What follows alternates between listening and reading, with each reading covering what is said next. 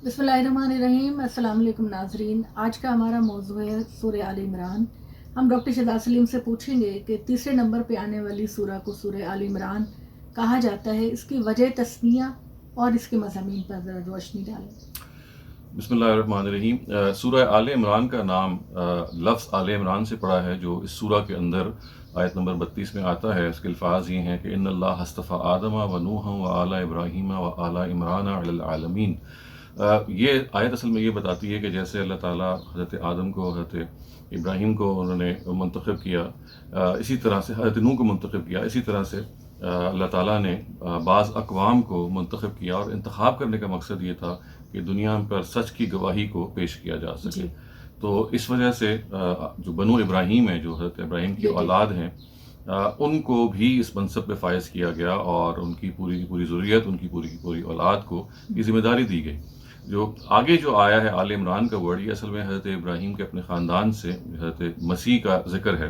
और इमरान असल में हज़रत मसीह के नाना हैं, जो हज़रत मरियम के वालिद हैं। उनका पूरा नाम है इमरान बिन बातान।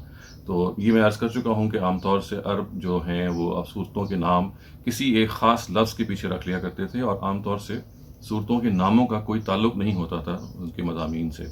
जहाँ तक इस सूरह के मज़मून का ताल्लुक़ है, तो ये उन सूरतों में से है जो कि यानी वो सूरह है कि जो सूरह बकरा, जो इससे पिछली सूरह है, ये उसकी पेड सूरह है, इसकी तो आम सूरह है।